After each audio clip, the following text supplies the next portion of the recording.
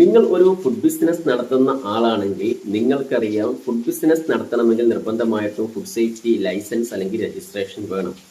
ഇത്തരത്തിൽ നമുക്കൊരു food safety ലൈസൻസിന് അപേക്ഷിക്കുമ്പോൾ ഒന്നെങ്കിൽ ഒരു വർഷത്തേക്ക് അല്ലെങ്കിൽ 2, 3, 4, 5 വർഷത്തേക്ക് വരെ തുടർച്ചയായിട്ട് അപേക്ഷ നൽകാം.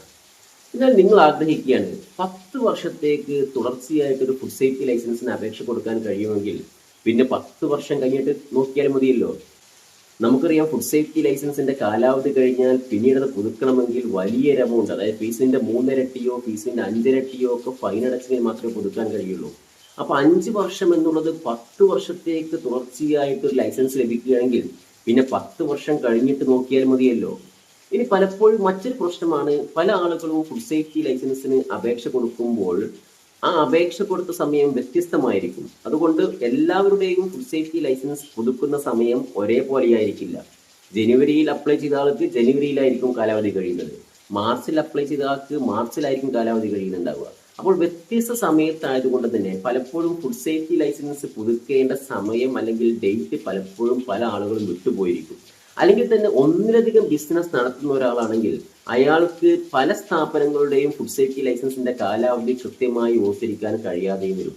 അപ്പോൾ ഒരു യൂണിഫോം ആയിട്ടുള്ള നമ്മൾ ആഗ്രഹിക്കുന്ന തരത്തിലുള്ള ഒരു ഡേറ്റ് നമുക്ക് റിന്യൂവലിന് ലഭിക്കുമോ എന്ന് പല ആളുകളും ആഗ്രഹിക്കുന്നുണ്ടാവും.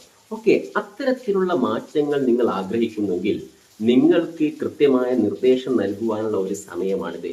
FSSAI ഒരു നോട്ടീസ് ഇറക്കിയിരിക്കുന്നു. ഇത്തരത്തിൽ ലൈസൻസിന്റെ കാലാവധി 10 വർഷം വരെ നീട്ടുന്നതിന്, അതായത് റീറ്റെയിൽ പോലെയുള്ള സ്പെസിഫിക് കാറ്റഗറി ഉള്ള ഫുഡ് ബിസിനസ് ഓപ്പറേറ്റേഴ്സിന് അവരുടെ ഫുഡ് സേഫ്റ്റി ലൈസൻസിന്റെ കാലാവധി വേണമെങ്കിൽ 10 വർഷത്തേക്ക് വരെ തുടർച്ചയായിട്ട് അപേക്ഷ നൽകുന്നതിനും അതോടൊപ്പം തന്നെ തങ്ങൾക്ക് ഇഷ്ടപ്പെട്ട ഒരു ഡേറ്റ് റിന്യൂവൽ ഡേറ്റ് ആയിട്ട് ലഭിക്കുന്നതിനുമൊക്കെ നിങ്ങളുടെ സജഷൻസ്, നിങ്ങളുടെ കമന്റ്സ് ചോദിച്ചുകൊണ്ട് food safety and standard authority of India ഒരു നോട്ടീസ് ഇറക്കിയിട്ടുണ്ട്.